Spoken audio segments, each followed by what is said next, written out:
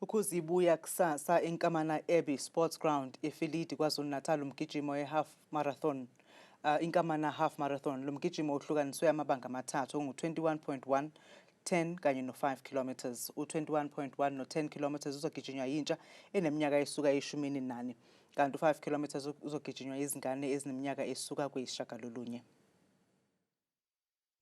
Inhloso yale marathon yaseNkamana ukuthi kukhuthazwa abantu abasha ukuba bayivocavoce ngoba kuyivocavoca kuyimpilo.